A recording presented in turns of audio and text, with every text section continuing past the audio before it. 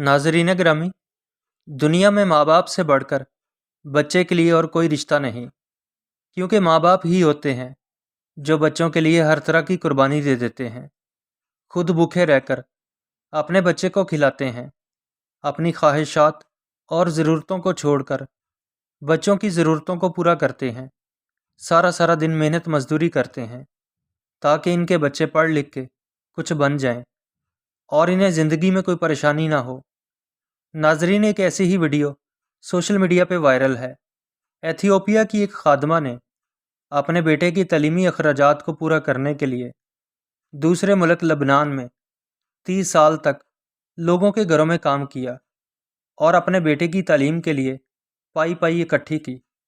Bill आखिर इसका बेटा पायलट बन गया। अब इस माँ की ज़िंदगी का अहम मकसद चूंकि पूरा हो चुका था और ये लबनान में लोगों के घरों का कामकाज छोड़कर वापस अपने मुल्क जाना चाहती थी।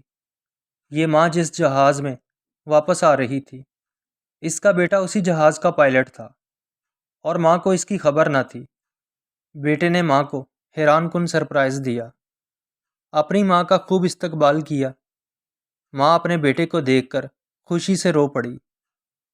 बेटे ने माँ को गले लगाया, उसे बोसा किया। माँ ने भी बेटे को खूब प्यार किया और जहाज़ के दीगर अमले का शुक्रिया अदा किया। नाजरीन, आप इस माँ और बेटे के बारे में क्या कहेंगे? अपनी राय का इजहार ज़रूर कीजिएगा। शुक्रिया। अल्लाह निगहबान।